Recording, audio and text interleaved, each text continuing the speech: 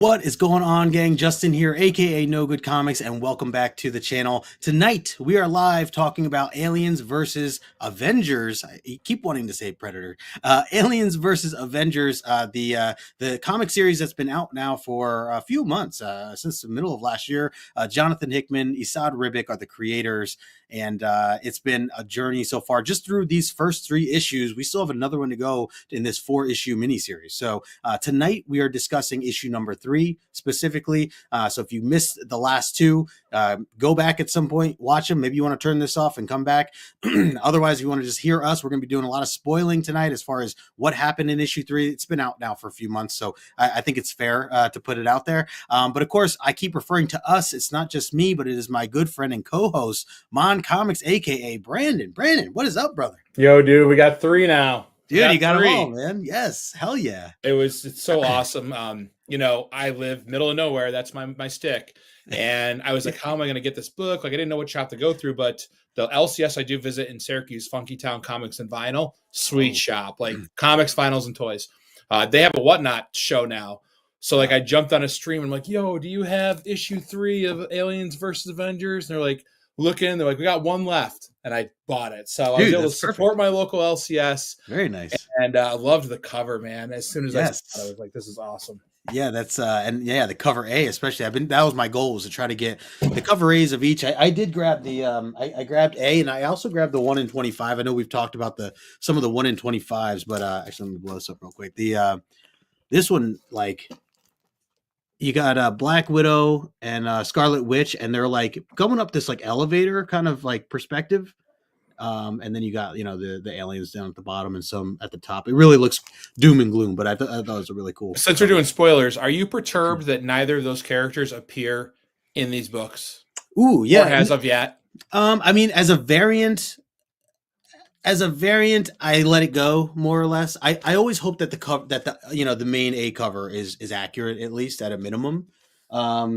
I mean, variants can get crazy, obviously, with, they just put whatever. I mean, they got the aliens part right? I mean, yeah, I mean, I guess that's the point, right? Is like, they've got these properties that no one ever thought would be seen together, any media, comic, movies, or whatever. So it's like, I guess if we're going to make variant covers, people who always want to had these visions of their heroes or villains on the cover with aliens are getting that. So if you're a Black Widow and Wanda fan, you're getting that. So I see what you're saying about the variants. Again, I'm not, me. I haven't been a modern guy for that long. Like, I'm just, entering your world and other people's world of reading these modern comics. So you're teaching me stuff, Justin, is my point. I love it, dude. I love to hear that, man. And I'm glad that you're having a good time doing it. By the way, this is total sidetrack. I'm going to derail the show for just a second, and we'll talk about this after. But I forgot to tell you, I'm just going to tell you this live, Brandon. I'm going to be up in your area in 2 weeks in Syracuse. I'm going to be in Syracuse in like a week. Excuse me. It's a Wednesday into a Thursday. I don't know. It's for work. I don't know if we can make something happen, great. If we can't, all good. But I'm just what's the date out there right now. What Wednesday are you going to be up there? It's what is it? The 23rd. Sorry, no, 23rd into the 24th. Are you leaving the 24th? I'm leaving the 24th. Yeah. In the morning? No, I'll probably be there into the afternoon or something. Are you getting in the 23rd or the 22nd? I'm getting in the 23rd. Like, the only window of time I might have is like that night, the Wednesday night. Yep. My wife has a clay class, but I could drive up after. We'll talk after the show. We'll figure it out. All right. Yeah. Sorry for all those watching right now. I just had to put it out there because you mentioned it. And I'm like, oh, yeah, I have a Syracuse trip. I'm very excited. We'll talk details. Yes. But yeah, dude, that'll be awesome. Hey, for those watching right now, and I see people in the chat, thanks everybody for hanging out. If you're not following Brandon, M.O.N Comics, make sure you do so. I put his information in the description below, his YouTube channel. Please go sub up to him. Also, because of the fact we're going to be on his channel coming up in a few months to break down the 4th issue. So that's the other reason why you should be, making sure you're subscribed, other than the fact that you put out some really awesome content. Brandon, you've been killing it, man. Thank you. So yeah, links are in the description, Instagram, all that stuff's down there as well. And let's say a quick hello to the chat, and then I will share my screen. We can start to kind of jump back into things, because I want to do a little high level recap of where we kind of left off. Of course, we got my man, Matt in Clemson. This dude right here. First of all, yesterday was his birthday. Happy birthday to you, Matt. Cheers to you, my friend. And second second of all, he's been so pumped for tonight. This is his birthday gift we're giving him, Brandon. Well, he's one of us now. I laughed at the meme you threw in his comments. Where he's like, I said I was going to start a YouTube channel, but I did. And you're like, he's all there. Like, yeah, so welcome, Matt, to the community. It's awesome. I love it. Let's see. We got our man Christopher Parker in the chat as well. What is going on, Chris? Good to see you as always. Let's see. Talking about it's been rainy here too, man. It hasn't been anything great. Still waiting for the nicer weather, I suppose. Matt's talking baseball here. Westbrook's been hurt and crippling my fantasy infield. Dude, I didn't go with any Orioles this year, man. I didn't go with any Orioles. That's probably a bad move on my end because they're usually pretty offensive. Scrolling through, seeing everybody kind of saying hi to everybody. We got Pre-Code Thing in the chat. What is going on, Pre-Code? Dude? Thanks for hanging out. We got our guy, Ryan, a.k.a. Colossus Collector. Dude, Ryan, I don't know if you've read this or if you've been following along, but it's not pretty for your boy in this issue. Just saying, not pretty for your boy. We'll get there. Let's see. We got Jabs in the chat. What is going on, Jabs? Appreciate you hanging out. Oh, go ahead. What? No. I was saying hi too. I was like, hi, Jabs. Oh, cool. Let's see. Good. Yeah, we're doing good. Let's see, scrolling, seeing everybody saying hi to everybody. All right, cool. I think we got everybody in the chat right now. Again, appreciate you guys. Make sure you smash that like button if you haven't already.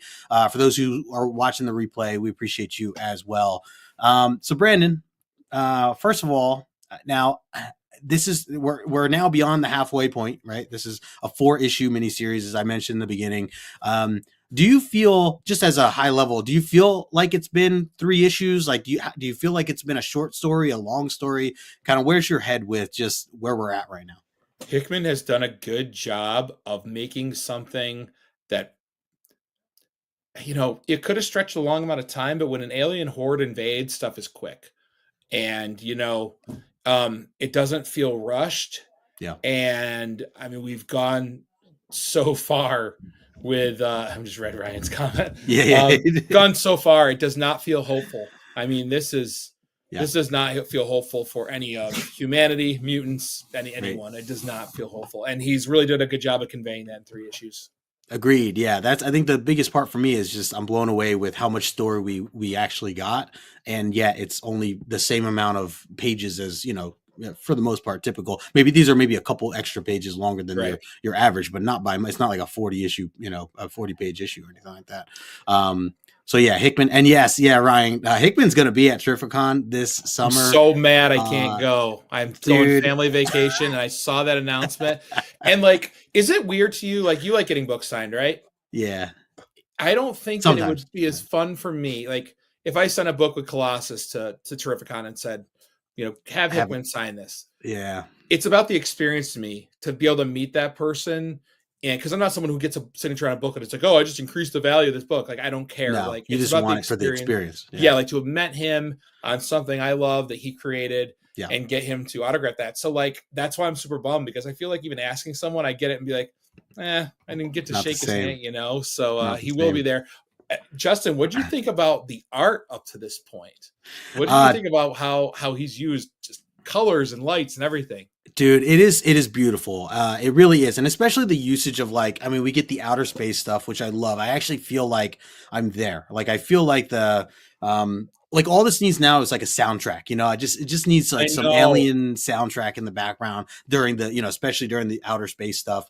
And then the battle scenes are epic, which we'll get into. I thought they're really well done. I had a lot of moments for me where it felt like almost like a on your left moment. I feel like we've had that moment every issue so far, but something where you're just like, what? Yeah, go, and just fired up for it. So, the artwork's just stunning. Again, Esad is just, he works magic with what he does, and it's very much his style. So for those who, if you like Esad, you're going to get a lot of Esad. If he may not be for everyone per se, so I understand if it's not for you, but I love his artwork, and we definitely get a lot of that in here. So I fell in love with it too, being my first experience with it, and him. What a great way. I'm kind of spoiled as a new modern reader collector, is that these people, you've met Ribic, you know what Hickman's writing is like. I get to experience this. It's like watching a kid experience something for the first time, and you're like, That's so cool. Yes, hell, that's why I love this. I love being here for this with you because I love the reaction. Another series to review. Like we should do like a 4-part miniseries review once a year.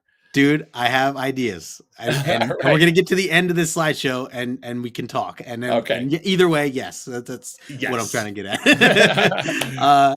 A quick hello in the chat to Hall Yeah Comics. What's going on, Hall Yeah? That's how I picture his name being said like that. Just Hall Yeah. Oh yeah. He should start introing that way now. Yeah, exactly. Let's see. We had Jab saying, I want to see Rye towering over Hickman, telling him he's taking issue to his treatment of Colossus. Yeah. Like I said, bet Hickman's not the size of Colossus. He's in brutal. Yeah, he looks like a friendly guy. I don't know if he's tall or not, or a big guy. Colossus, a big teddy bear too. So. Yeah. So yeah, I love it. Love the chat. Appreciate you guys. Let's bring up the cover here. Let's talk a little bit about in terms of the book itself. So obviously, I know we were both just holding up the issue itself. This is cover A.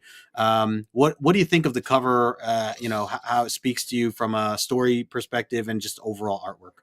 Again, the same feeling I had when I first saw Miles turn around with the suit on and the symbiote had integrated with the face hugger. Seeing this again, it just gave me the chills, reaffirmed how awesome this was. I was like, okay, now they got it front and center. Now, this is a good point for anyone who hasn't read this comic. If they saw it on the rack, they'd be like, oh my God, his spider has turned into a face. Like, what is going on with this comic? Yes. I think it's a great sales point. The aliens, they nailed the shining of the aliens dome. And I think it's beautifully composed. I love it. I think it's I'd love to have some art print of that. That's awesome cover. What do you think? Could not agree more, man. Could not agree more. It's and it fits well with the other two. I mean, it's again, if I was walking, in a shop and just seeing this for the first time, had no idea what it was, I would absolutely want to, see what it's all about. Of course, the aliens are a big help to it as well. But yeah, seeing Miles, I mean, you could even question here and be like, is that Miles? Like, who's that? What's that supposed to be? Like, in the symbiote and everything else. Oh, that's cool. Yeah, you don't know. You can't even tell which Spider-Man that is. Yeah, it could definitely be. I almost thought of like it could be. I could see someone thinking it was like the Spider-Man Noir, the black and white styles too, since he's all white there with the black. But either way, yeah, it's definitely a great cover. Chris says it's like describing fine wine. Yeah, agreed.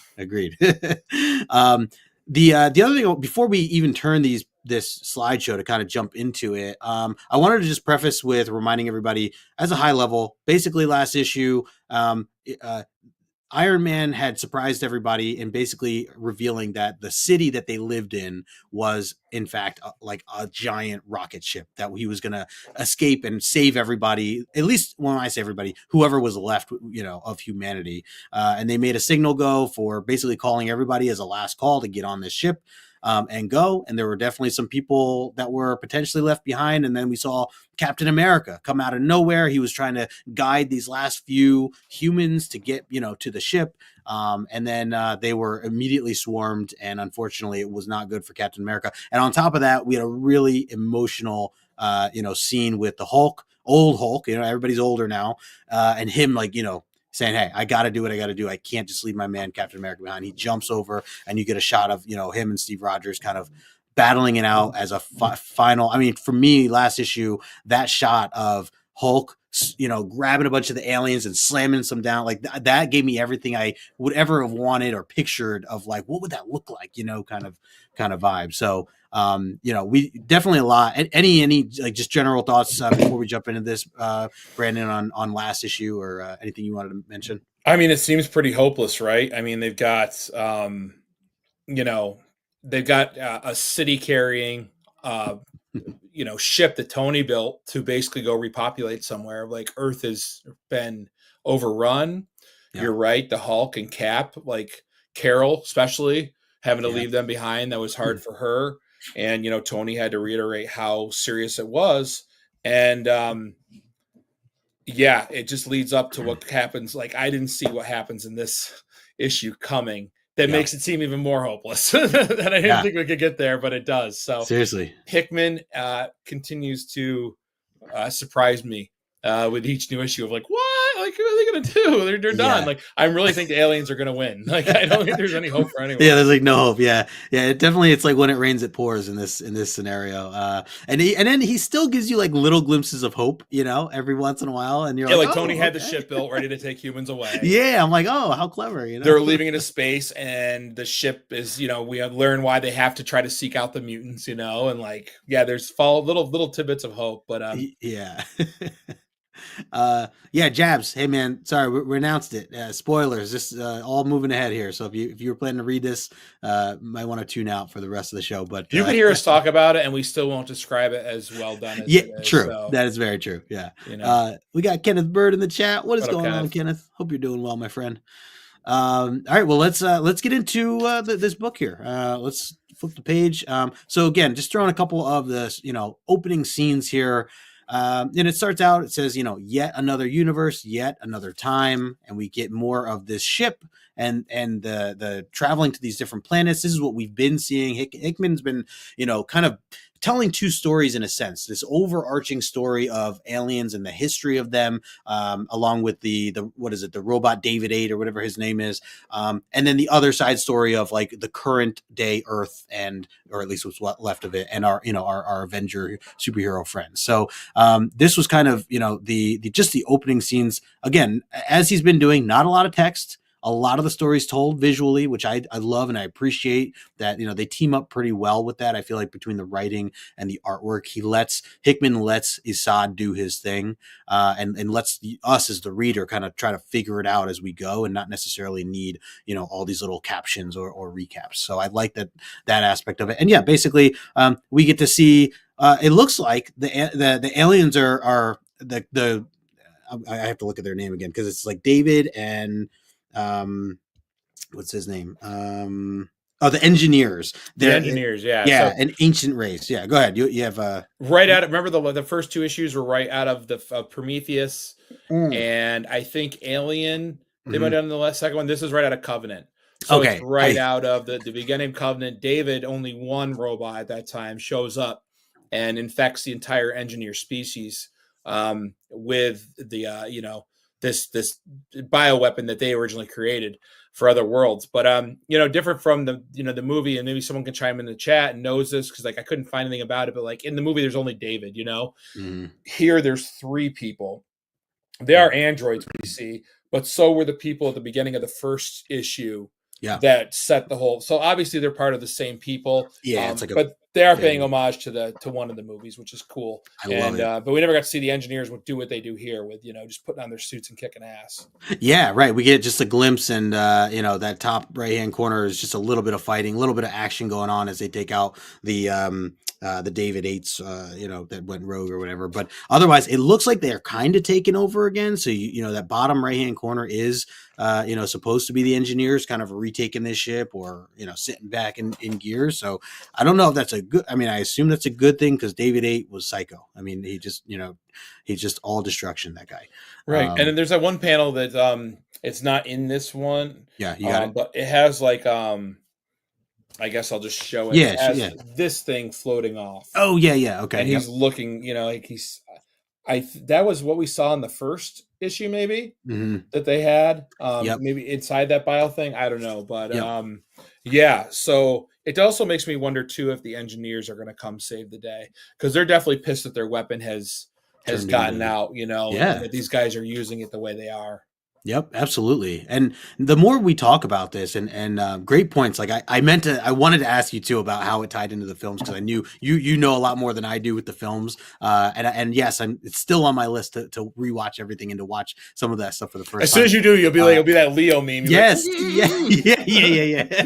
And I do think the more we talk about this might be a series, even as we get into issue 4 in a few months or whenever we do.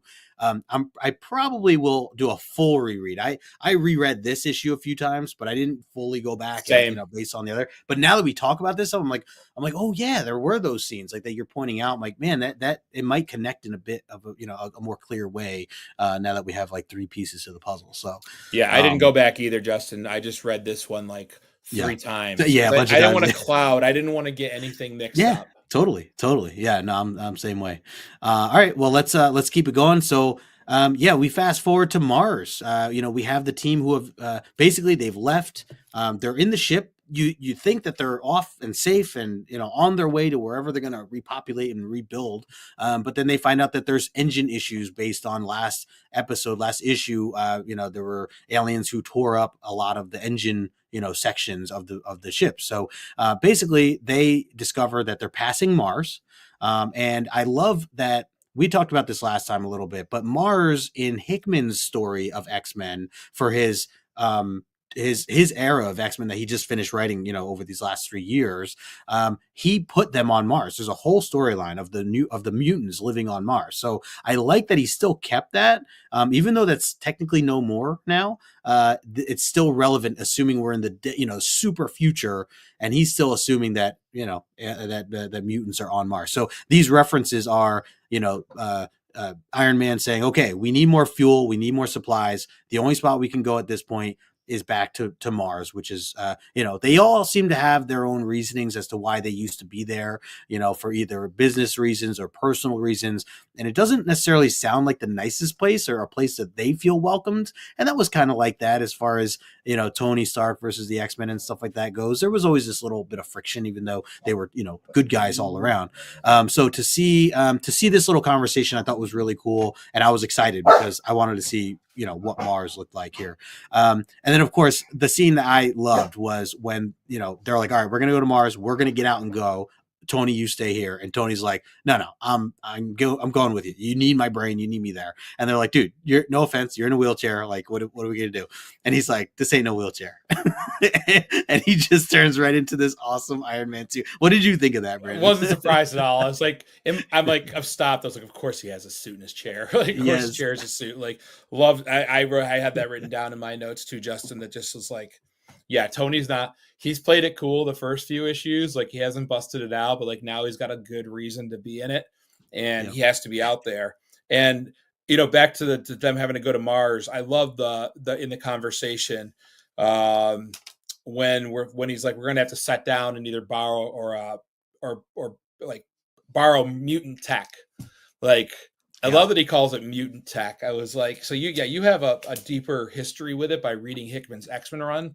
So that stuff that I don't know, but I loved hearing him be like, yeah, we need mutant tech. Like, I can only imagine what mutant tech to develop on Mars, right. But Tony knows it's there, and I love that he whips out, and the look that Ribic gives in that panel of like old man Tony just looking up, being like, it's not just a chair, Yeah. Loved it. I was like, yeah, I'm smitten with it. And to me, those moments are like a movie, like I just picture all that in one scene, like one action. And it's, again, with the artwork and everything else, like it just flows so well. And to see Miles's face, he's like, oh, like he's like, his jaw drops. He's like, okay, cool. Like, we're going together. Another thing about Miles' panel in the middle there. I got a bad feeling about this directly out of Star Wars with Han Solo. Yeah. I think that was intentional. Mm-hmm. But yeah, even Miles even pulls up his mask to show how wide his eyes are. Yeah. Tony's got the suit on. He's like, it's a suit. And Miles is like, I can see that now. Carol's not surprised at all. She's like, after you, Mr. Stark, like, Yeah, she doesn't flinch. Miles should expect this of Tony by now, Yeah, there shouldn't be. Yeah, exactly. Like, I mean, heck, he just turned a whole city into a rocket ship. Like, come on. Like, he's not going to have something cool in his chair. Like. Right. All right, let's go to these next couple pages here. So from that scene, as they get ready to kind of descend to Mars, we go to Bar Sinister, and this is the first reveal for what we were. I mean, obviously I'm already excited, right? Because I know mutants are going to somewhat be involved in this book since they're going to Mars. I didn't think it'd go this route, but man, we get Sinister, and he has been a crafty character that I've started to get to know over these last 2-3 years, as a real slime ball. I don't know how else to put it. He's all about himself, and he loves a lot of himself, as we get to see here. Yeah, that's apparent. Yeah. So with my knowledge of him, he does a lot with obviously DNA and everything of that sort, and he's always conniving. He's always planning out his next big move, and thinks he's so many steps ahead. And basically, they show here that they discover the power of the DNA that they capture from Alien and from the actual the residue or whatever, what they're referring to it as from the the surgery or the I guess they're basically just picking apart one of the face huggers.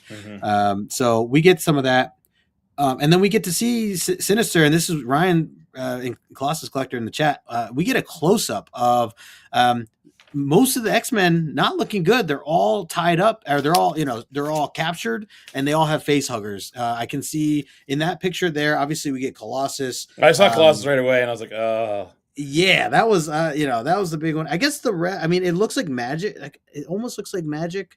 That's like straight on. The rest of them are kind of blurred, so I guess it kind of leaves you to your imagination. But he basically just starts to give this evil monologue and his plans on using the technology they have now tied into what they've discovered with this alien weaponry, and he basically wants to use it. He wants to use it as a weapon to take over the galaxy. Essentially, he'll take whatever power he can get. So yeah, he like many other malaligned characters from movies and books in the past sees the potential in this species and wants to harness it for his own ends.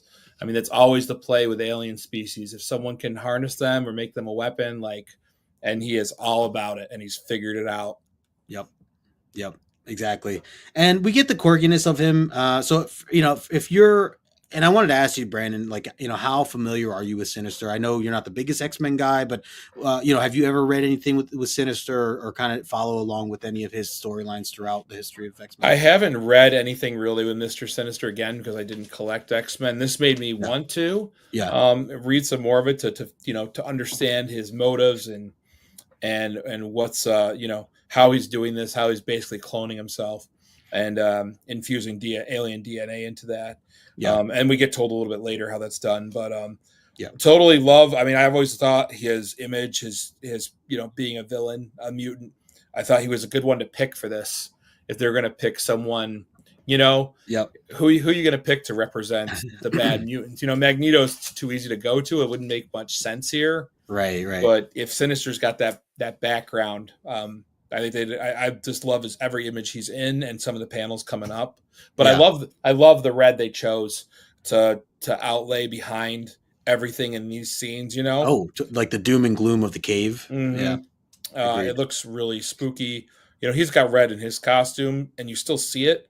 So I like how they play with the lighting, how Ribic plays with the lighting in this. Yeah, it's a great point. Quick hello to Art Chemist in the chat. What's going on, my friend? Good to see you. Hope all's well.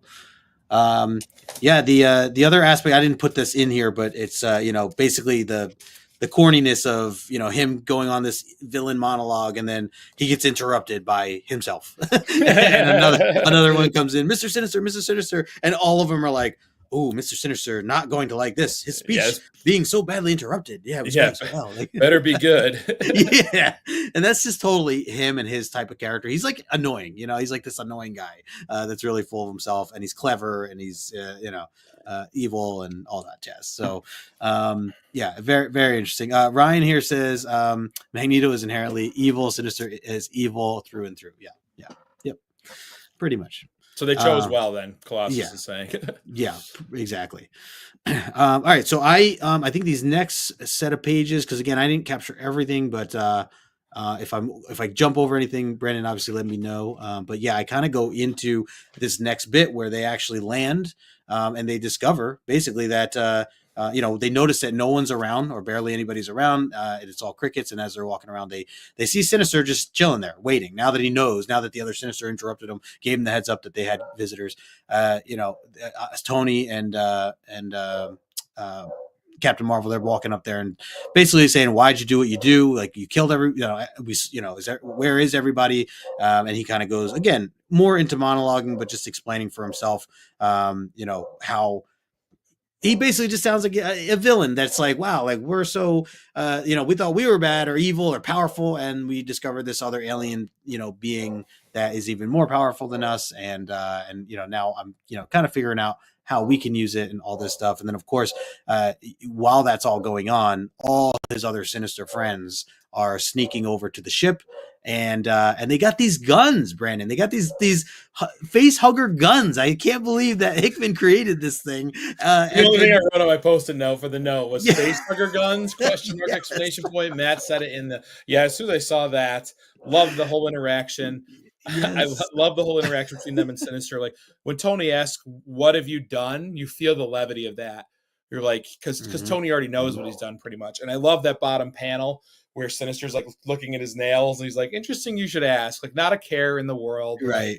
He knows like, he's got him. You scumbag. Yeah. So when they go into the face hugger guns and they I love how they capture him in that top image of him like just spinning out of the weapon, and you could totally picture this. So like not only is Sinister harvested, DNA, figured out how to like pretty much control these things, but he's also like weaponized the face hugger for anyone that might come to the planet or like who is already there. Like he's prepared, Yeah, he's a smart dude. I mean, he's dangerous in that sense. But that's a good point. I love when he shoots the gun. Some of the humans react. They're like, "Aye," and he goes, "It's a gun, human. A gun that shoots face huggers." Like I just picture him saying it in like this Joker. He's like a Joker, kind of style. Yeah, that's a diabolical. It's so evil. They have so many people they shot up so quick down below. These people are just humans. They're just what's left of the human race. Yeah. And they thought they were safe, and now they're on Mars with Mr. Sinister. And never saw a facehugger gun coming. No, me neither. I did not have that on my bingo card. Pre-code says absolute menace. Yeah, agreed. He really is. This is quite savage of him to. At this point, he's just having fun now. It's all fun and games. He's got them. They're on his planet. His ship's beat up. There's nothing they can do. Exactly. And, and he goes on with more monologuing. He says, "I adapt, I overcome." And that is true. That is kind of the MO of him. And he's always looking, he's always, technology focused and always getting ahead in terms of clones and using DNA to his advantage and all these things. He talks about he conquered evolution. He says, "I conquered evolution. I defeat Darwin." And just, I can't help myself. I always side with the winners. So very, very much a Sinister-y vibe of what he's doing. So of course that just breaks out into the epic battle, which is, let me go to those pages. I had to blow this one particular scene up because I just love seeing, the back-to-back with Stark there doing spins in the air. And they're basically communicating, right? Just saying, "Hey, we need," Carol's like, "We need to stay together. The minute we separate, they're going to kill us all." Tony has to get the part. He wants to make it back to the ship to save them. And at the same time, they're trying to stay and battle and take Sinister out. It's a complete mess. A lot of bad things kind of going on here. And then, of course, on that far right-hand side, Tony goes off.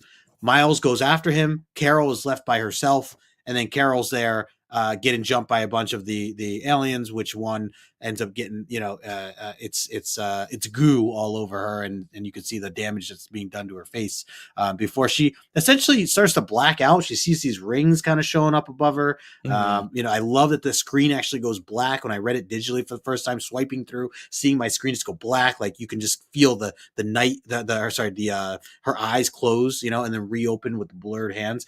And then, Brandon, we get some X-Men here, dude. We get this, to me, was like she got a bad acid attack. I gotta say, she got a bad acid attack to the face. She did, man. She is messed up. But you're finally your X-Men.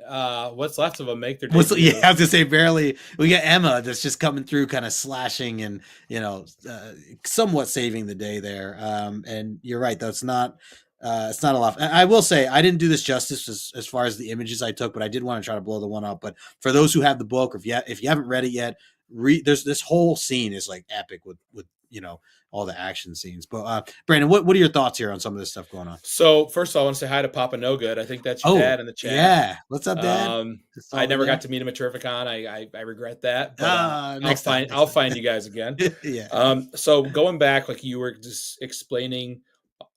Iron Man takes off. Carol's like, we got to go save the humans. And Tony's like, no, or Miles is like, I got to save Tony. I can't let him go alone. Yeah. So Carol is bent on going back to the ship. She gets overrun by aliens. Tony and Miles go off. I don't think Miles is dead. They allude to that later, but we don't see him die. We just see him swing off. Yep. And for like Hickman to come up with a suit that's so awesome, like just to be, I don't think he'd do that for a throwaway moment. I really think that Miles is going to play a bigger part in the last issue. I don't think he's dead. I think he's either found other people, other conclaves of mutants hiding out. Yep. But I think he gets out of here, and I think I'm hoping his suit isn't just an aesthetic thing. I hope the importance of a symbiote being able to take over a facehugger is important by the end. Totally. That's what I thought about this. And then when I saw Emma and the mutants come in, and Mr. Rogue, no one dies in comics. Like they're all going to come back, except for Tony in the next panel. He might be dead. But no, the X-Men coming in, or the mutants. Glad they gave us Wolverine. Love seeing old man Wolverine. Totally, man. And also I meant to highlight, so behind, for those if you're just seeing this, behind Emma Frost you have Armor, which I Armor, to me, she's such an underrated character, and I really hope they do more with her just in comics in general. But and actually they have technically in the new Ultimate or Unlimited or whatever it's called, the new Ultimate stuff that is currently being put out. She's in it, but regardless, she's a great character. I'm glad to see a bit of more girl power here. Both of them showing up. The only mutants here at this moment being these two. So, and of course I love Emma. So it kind of makes sense too, just seeing her powers, and we'll get more into that on this next page here. But educate me on Armor's powers. Yeah, so essentially she can create this, I don't even know what it's made out of, but it's armor. It's literal. It's like it turns into this shell all surrounding her body. She's got strength with it. I don't even know, like, I'm sure it's explained it in comics of what the material's made out of or what it is in her abilities, but it is really tough stuff. And so as we learn more, and we go into these next couple pages, they kind of talk a little bit about why the fact that they're the only ones left, because their abilities, so like they can't get into her when she's like that, which I'm like, okay, that makes sense. And same thing with Emma, when she turns crystal like that, she, like, nothing's getting in there. So that alone, for those two, and then I assume with Wolverine being able to heal, the healing factor plays a very big role, probably with how he rejects the alien inside him. I can only imagine that's like one of the big reasons why, because they say he's like, the only people that could live, that are alive, basically, are the ones who still have powers that can't die. That can't die, right? So that's that was me. So let's jump into that next set of pages here. So there's definitely a lot of moments, and again, I like it just goes right into the next bit. You get to, like, you see Logan kind of introduced here. It looks, it's doom and gloom. It's real dark. I like the fading in and out. Carol not being able to stay awake or focus. She obviously just went through a lot. She gets saved. And then they kind of flash forward into, the rest of this story. And as we just said, Logan basically says, here's all we have left. Actually, it's Armor who's saying it. This is all we have left. We're only alive because we can't die. Our abilities, essentially are letting us, live on. But for anyone else, they're gone. Like, this is it. This is the end. And Carol immediately wants to go back. She's like, we got to go see Tony. We got to see if he's alive. And they're like, you're nuts. Like, we're like, no, that's a death warrant. Like, you're alive. Be thankful you're alive. Logan is like, look, come stay with us, live with us. We'll protect you. We can keep you alive, and we'll figure out, what we're going to do from here. But this is it. Like, this is life, just the four of us. And she goes on to describe basically parts of last issue where the guilt from Carol, seeing that she left behind, Captain America, left behind the Hulk, and that the Hulk, he went back to save Captain America. He jumped because that was what was in him. He even said that in the comic, like, I can't leave my guy behind.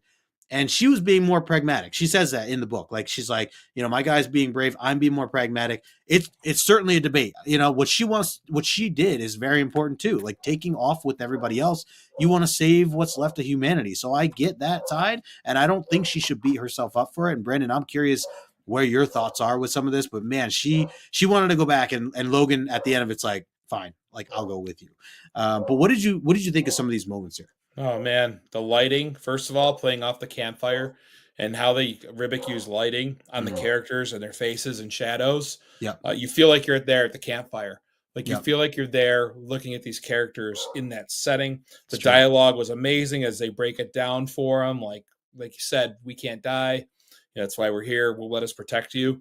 And even before Wolverine get into the I'll come, I loved favorite line in the whole book.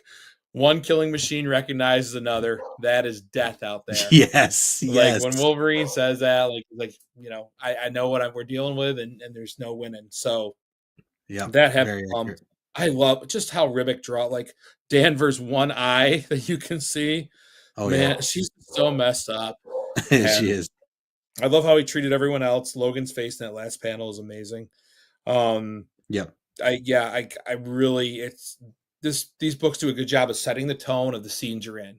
If it's a solace tone like this where they're just stuff is against them, they do it so well. If it's a battle scene, they do it well with what they're doing with the colors and art.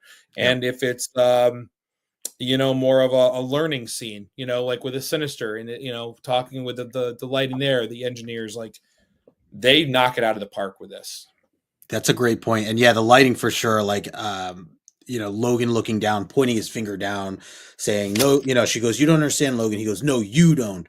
But I do. And, as you just said, the one recognizing the other killer, the shading, the shadowing from that, the light and everything else. You're right. It put me right in this moment here. Matt, thank you for Googling this. He says, I just saw that. I was like, oh, thanks, Matt. Sweet. The ability to generate an impenetrable psionic exoskeleton body armor, superhuman strength, reflexes, agility, endurance, stamina, dexterity, and durability. Concussive blast of energy projection. Interesting. Yeah. So some of that stuff I didn't know. I just knew about obviously the main exoskeleton being this, general body armor. So yeah, really cool. So thanks, Matt, for sharing that. Appreciate it. So yeah, so this is now basically they're agreeing. Fine, we're gonna go back. We'll look for Tony, but we're going with you, and this is a kind of a death mission here. To at least she just wants to see if he's alive at this point. Who knows? What's gonna happen. But you ready to turn the page here, Brandon? Yeah, because I'm ready to see Wolverine. I was so pumped that they. Yeah. Oh, we'll go right to the end. Oh, it's yeah. You know what it was? I just did that one bit. I know what you're talking about. You want to hold it up? I know the scene you're talking about. So just Wolverine. Yeah. They go back to the city, and Wolverine is in his suit. Yeah, the John Byrne, tan and yellow. They went with. And him walking out of the portal at that top of that page. Oh yeah, like that. Yeah. I love that shot, man. When I read it digitally, they blew up like on my screen. I'm just like, oh, that looks so cool. Yeah. So this leads into. I just love how he drew like the look of horror on both their face. I mean, Carol's is evident, but even how they captured Wolverine. I mean, he looks absolutely stunned there. Oh even with the mask on, Yeah, you really could see the detail in his eyes too. So that's where we get this. Yeah, they turn the corner, and sure enough, everyone is dead, and then they find Tony. Very, very sad part. I mean, Carol says, "Awful." Yeah, she's like, Tony, you deserve better than this. We all do. And then of course, there's a reaction. They go, "Huh?" Armor says, "What is that?" And they look up and they see these ships come flying in. And Carol saying Wakanda has returned. Boom. Like that's this whole bit. Yeah. This was kind of a bit. I mean, it was only 3 pages, but it kind of hits. It all kind of hits you fast. They made me forget throughout this whole story that the Wakandans were fine in the first one and just took off into space to go warn people. Like there's so much going on. I forgot about them. Exactly. And that's great storytelling in that you forget. You're like, oh yeah, they were nothing's wrong with them, Yeah. But let's talk about Tony. Just so sad. He looks awful. I mean, besides having a chest burster just coming out of his armor and him, oh yeah, he just looks old. I mean, it's just so sad to see Iron Man like this. Yeah, it's hard to picture it. No, that was definitely devastating. I mean, you kind of had this feeling it was coming. You were hoping, but now to your point, Miles is nowhere. I was going to say no Miles. You read my mind. There's no Miles. No, yeah. So that's the positive in all this, if you can find a positive. So yeah, no other real scene of any other characters. Obviously he's not looking good, but I was, the whole Wakanda thing, totally forgot about that. Thinking back to that, that's the other reason why now I say what I said in the beginning. I need to go back and reread when issue 4 comes out. I'm reading 1 through 4. I'm just gonna read it through again, and just go 1 through 4, because I want to remember exactly what happened with Wakanda, and everything, because they left Earth, like you said, to kind of try to nip this in the butt, and then they come back. And now they're coming back to this. Like, who knows how much time had kind of gone by. I'm kind of confused. Was there so the ship that had T'Challa and his son on in the beginning, that discovered this whole plot?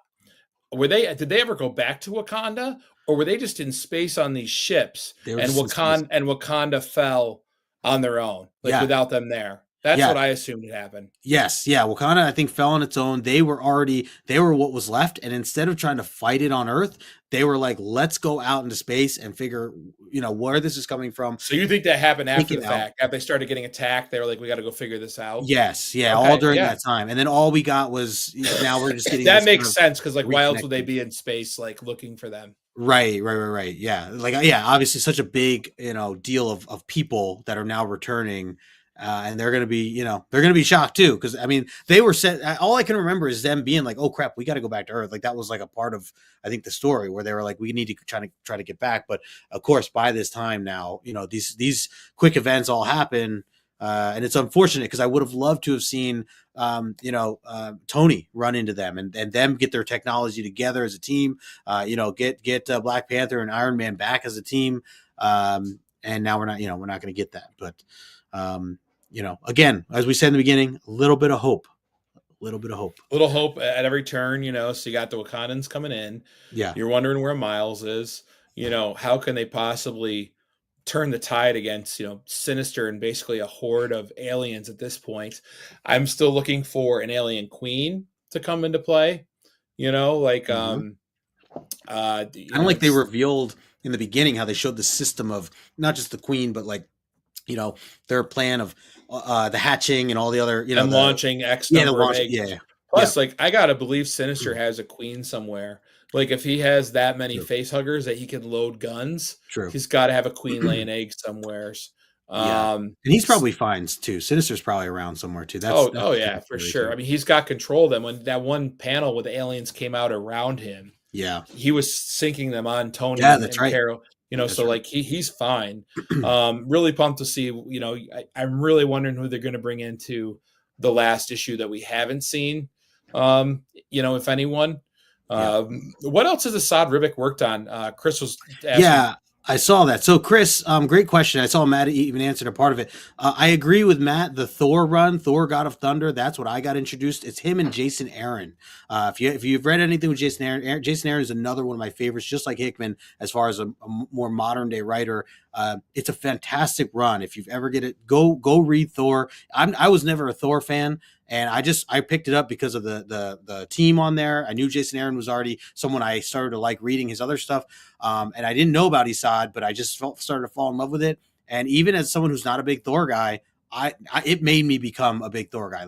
It made me invest in that character. And that story, even the first 25, issues, if you wanted to just read that, at least to start, because it does change up after that. Actually Russell Dauterman comes in after that, and Thor continues on for 6 more years. It's a crazy epic run that Jason Aaron does. But for this first, part, it's a 25 issue, series. Chris, I highly recommend that. The other one too, that I love him for, that was more recent, was the recent Eternals book that just came out in the last 2 years or so. And that actually ties into Hickman's X-Men stuff, which is also another, they did a big event called Judgment Day, Axe Judgment Day. And it was AXE, Avengers, X-Men, Eternals. And it's this whole bit that is amazing. But regardless, Esad did the writing, or did the artwork for that as well. I can't remember who the writer was at that time. But and you met him at Terrificon, right? Esad, I did. Yes. Yep. In 2022. Yeah. Going on 3 years now. Yeah. Did you have him do art for you? I did. Yeah. So I had him do this Storm piece. Actually, I don't know if you guys can see that style right there. Oh yeah. That was his. That's what he did for me. I'll send you a picture of it later, Brandon. I think I'd posted a while back, but yeah, dude, so sick. He worked magic for me there, and and that was just a headshot, but it was still amazing. Again, yeah, such a nice guy, and he is going to be somewhere else this year that I think I'm going to be. I forget where I saw his name again, but I don't know if it was Terrificon or not. But he's going to be somewhere else. But I do plan to get another piece from him. But yeah, so good point there, Matt, talking about that. We talked about 2015. He did Secret Wars. That's right. He was a big part of that as well. You know what I feel is weird too? Remember how I talked at the beginning of how like getting a signature is like very impersonal if you're not there? But like art, I think is the opposite end for me. Like if I like there's an artist somewhere like Esad and I paid someone, I was like, give me a head sketch of Man-Thing by him, that I would still enjoy because it's a piece of art. Yeah, and that's what he contributed to that. Hickman wrote this, so I want his signature for the writing. But if I could have, I would pay for it. Even if Esad had pieces up on a website, I'd go buy them because it's art, Yep. No, for sure. I meant to say, I was going to say that before too. Yeah. Like I do hope that, I'm with you as far as like the experience goes when you're meeting a writer. I think it's just different when you're actually there. Hopefully I'm assuming Esad's fairly young guy. He's going to be around for a while. Hickman's a young guy. They're going to both be around for quite some time. I'll find them sometime. Yeah. I'm sure you're going to see him. And I definitely want to get, I'm going to bring some of this stuff. If there is anything you need, let me know. I'd be happy to, get it for you, whatever it is. I'll keep an eye on the guest list. But I do understand. Yeah, for sure. So one more slide here before I know we're getting to the end of this now, and appreciate everybody still hanging with us. And actually I should say, we'll do final thoughts after this. This is what the last slide I wanted to show. And it's just at the end of the book. All it is. One is it's the cover of the next issue. So AVA 4, which is coming out, it says in May, which is great. That's a month away. And then the other side of it that I wanted to highlight was, so 20th Century Studios, which by the way, we haven't really mentioned them, but 20th Century Studios is prominent on all these covers. They are highlighted and recognized on each of these books because of the properties and where Alien came from and everything else. So they're very much recognized and involved, or at least branded here. But it also says don't miss these other titles from Marvel and 20th Century. There are two that are in that little picture, and it's smaller, I'm sure, on your guys' end. But the one on the left is Alien Paradiso. Or I don't know if I'm saying that right. Issue number 3, that's already been out. That was not actually the one I was eyeing. The one I was eyeing, Brandon, that maybe, just as an idea, maybe we cover next is Predator versus Spider-Man, issue number 1. And I'd love to. You're like, sign me up. It is Benjamin Percy, who did a bunch of Wolverine in the last 2 years. Fantastic writer. Teaming up with Marcelo Ferreira, who I've seen a lot of his work before. I know I own some of his covers. He's another artist that I think is going to blow us away. The combination of those two. I can guarantee you this is going to be dark. This is going to be, it's going to be, look, we're talking about Predator here, right? Just a thought, Brandon, and and yeah, I'm in. I just look at the cover. I'm in. Matt says, just say yes, right? Yeah. It goes on sale. Yeah. So like Chris says Percy is good. Yeah, for sure. However we want to do that, maybe we'll close out, the AVA stuff, and then we can kind of get into that next or whatever. I don't even know the details. I don't know how many issues it is or what, but I assume it's something short and sweet like this. We'll play it by ear, but regardless, all right, well, you guys witnessed it here. I got a yes from Brandon. So I didn't even like when I got to the end of the book, I honestly didn't see that, Justin. Dude. I didn't flip the page because finished the story and I was like, and I saw the cover for the 4th one, but I didn't notice that. But man, I am so in. Yes, dude, yes. Looks like who is the alien fighting though in Paradiso? I think it's a character in that storyline. I don't know. Yeah, I think they're introducing. It's just a new side story of Alien. I actually saw. I think it was SideQuest Eric who bought it or who's been buying it. I don't know if he's been reading it, but I would be curious to see how it is because obviously it's Alien, so I think I'd be interested just to kind of dive into some of that stuff. Oh, Matt said 4 issues total. Number 3 is on pre-order. If he's talking about for the Predator versus Spider-Man, that's perfect. So that's perfect. No. I think he's talking about Alien Paradiso. Okay. Number 3 is on pre-order right now. Oh, gotcha. And then Spider-Man versus Predator doesn't come out till April 23rd. Oh, That that's what it totally was. like we can get that. Yeah, Yeah, that's I perfect. was just like mesmerized by it. I'm like, and I bet that's a 4-issue series if I had to guess as well. Yeah.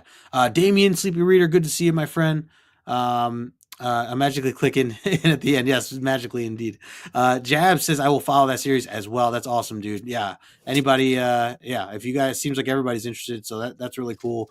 Okay. So Matt says issue 2 of Predator and Spidey comes out in May. Okay. Right. Gotcha. So April, this one comes out, and this Cool. the second issue in May. So yeah, it Some gives another time. series to go after. More modern Yep. reading. Yep, love it, love it, love it. Very cool, very cool. Well, let's. I want to just get any final thoughts here, Brandon, before we wrap up. Whether on this issue or if you want to talk about it as a whole series or anything that you wanted to add to kind of what we've already talked about. I just love how they've really made this whole series they've captured the how serious the alien threat is, and they've set that tone throughout the whole thing. As you said, it's hopeless with little snippets of hope, Yeah. and you're hoping that the heroes can pull through somehow. Part of me is like, I wouldn't even be mad if like only some of the heroes found a way to get off, and the rest like they just like no one wins. They have to just try to go into hiding somewhere. Because I don't know if you can win against a species they've taken Earth. Mr. Sinister's got him under control on Mars, like, Yeah. and just every bit of the writing and the art has given me that feeling throughout the whole series. And I just, for someone who just started reading modern and like, Yeah. was more like modern indie with Something's Killing the Children and a Nice House on the Lake and the indie title, like this is a good introduction, like put into modern Marvel writing and artwork that has just grabbed me. And it's fun, like, Chris Parker reads it, Matt, Jab, like to know my friends are reading it and getting the same experience I am. People say like new comics coming out stink, and it's like, well, I'm a new modern comic reader right here, and I'm having fun. And, yeah, dude, this is proof that they don't stink because I'm loving it. I've done more reading this year than I've ever done with comics. I'm going to make a video about it. Like I'm probably going to title it like buying less and reading more, because I've just taken a stack of 15 comics to bed and I've made the time for like 15 minutes every night. And I blasted through some great Monsters Unleashed. I read through that 6-part series. Nice. Legion of Monsters was amazing. And then I read some one-offs for Fin Fang Foom, and like some are for kids. Like I want to review them and, be like, I just read these to have an opinion, but it was great to get kids into reading them. Yeah. So it's been really fun with a modern comic that I'm really loving. Dude, I love to hear that, man. I'm glad that you're really diving in, and you're right, man. I've heard that too. People saying modern comics suck for one reason or another, and I'm like, I don't know what comics you're reading. I'm sure there's some bad ones out there, but man, there's some amazing ones. You do some research. There's some amazing writers, amazing artists that are out right now. And I think some people might be a little more closed-minded than others, but man, I think this is one of the best epic times to be a comic book collector and reader right now, especially with the new stuff. So side quest, dude, your ears must have been ringing because I was just talking about you, Eric. I was asking the question if you've ever read, I think I saw you purchasing the current Alien Paradiso Paradiso. Yeah, that book there, or that series. Just curious, without any spoilers, are you enjoying it? Is it worth reading? Have you been reading it? Are you caught up right now? Or maybe I'm wrong. Maybe it was someone completely different. Eric, either way, correct me. But yeah, we're just curious because we were just talking about some other, potential reads down the road. Matt, I agree here. He says, I figure if I can figure out any way to get my friends together, I'm going to do it. Yeah. I mean, especially we're talking comics here. I totally agree. Damien agrees with you. Yeah, lots of monsters. Yep, for sure. That's what I read, and they've done a good job. Like that Monsters Unleashed series brought monsters from the pre-hero Marvel Silver Age and made them relevant. And I never knew about Kid Kaiju, and I got to learn about Kid Kaiju, an inhuman that can summon monsters by drawing them. I was like, this is just sick. Like, who says this stuff's bad? Like, this is great. Yeah. Seriously. So yeah. Yeah, Brandon's you're gonna have a pull list soon. I fuck you down. I know, man. I know it's bad. I wanted to go up for a sec. Chris Chris said, you guys should work for Marvel. You guys are selling their stuff. Yeah, I mean, hey, that's what we do, right? I mean, maybe it is some Marvel. We'll tell you if it's good or not. You did good with this one. Good work. Yeah, exactly. He said, Jab's the same. Read more, buy less. I'm aiming to read one comic per day. I love that goal, man, and I'm right there with you. At a minimum, there are definitely times where I can kind of get, fall off track or get distracted with, shows and other things. But I think this is an excellent goal, and look, it's supposed to be fun, right? So at the end of the day, if you can't for whatever reason, don't beat yourself up. But I do think it's a nice way to kind of keep a mental like, hey, I'm going to try this. I'm going to try to at least read a book a day or a couple days a week or whatever.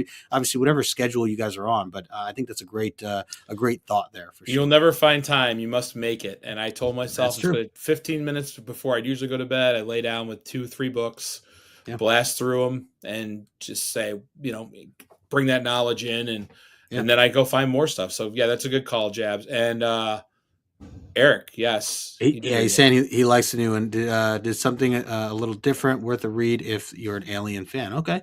Yeah, I mean, maybe that's something I might check it out or might even wait at this point since it's already 3 or 4 issues in, maybe just check it out and trade. But either way, glad to hear that, Eric. We were curious about that.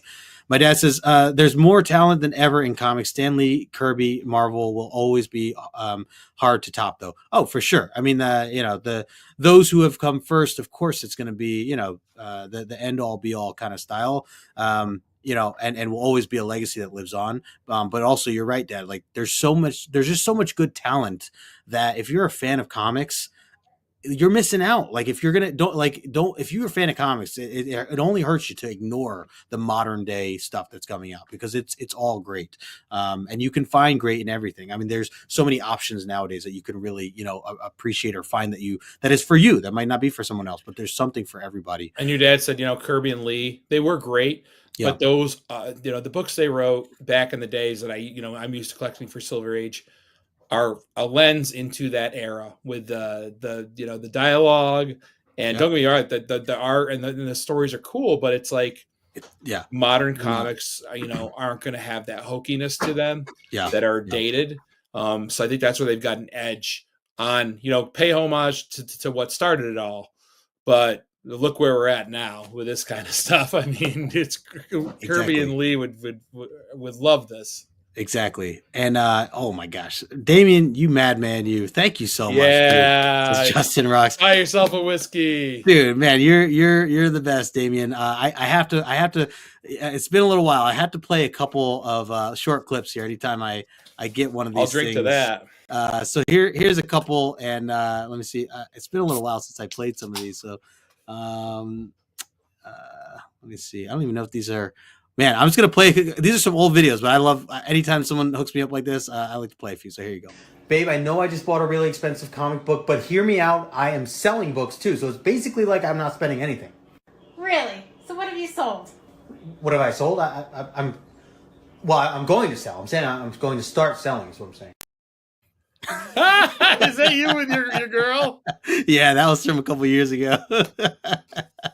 We've all been there, right? Yeah, exactly. I got 5 books in my head I could sell right now in my bed if I need to. Like, that's hilarious. I'm going to start. I got to throw. Let's do 2 more here. I think I played this in one of the last ones.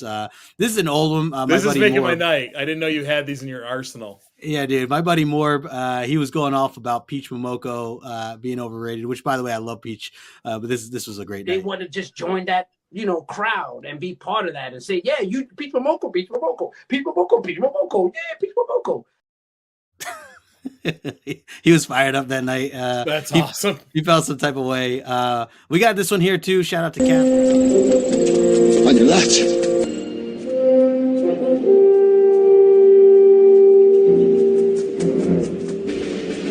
On your left.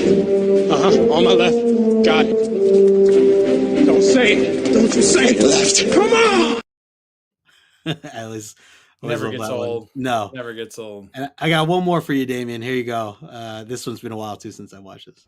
I was wondering if maybe you had a little time to talk about a comic book with me. Babe, I'm so stressed today. I have so much work to do. Can we talk about this another time? Oh, okay. Yeah, no, that's fine. I get it. I will. I'll call one of my friends and see if they're available to talk about Batman. Thanks. Hey, what's up, Mom? Yeah, it's me. Dude, those are fantastic. I It's been a want to while get since my I've wife seen those. involved and stuff, but she's just like so timid about it. And God, those clips are great. I got to show her on the rewind of how awesome it can be. She makes me play her if I'm going to imitate her in the videos. Oh, nice. So That's great. I need Yeah, her on there. That we've was had some great. fun. Hey, Thanks, man. Mom. Damien, thank you, brother, again for that. Yeah, the Peach Momoko, that was a hilarious night. Yeah, a lot of memories. I have a bunch, man. I'll have to show them all at some point. But yeah, again, Damien, appreciate you, brother. Everybody's cracking up in the chat here.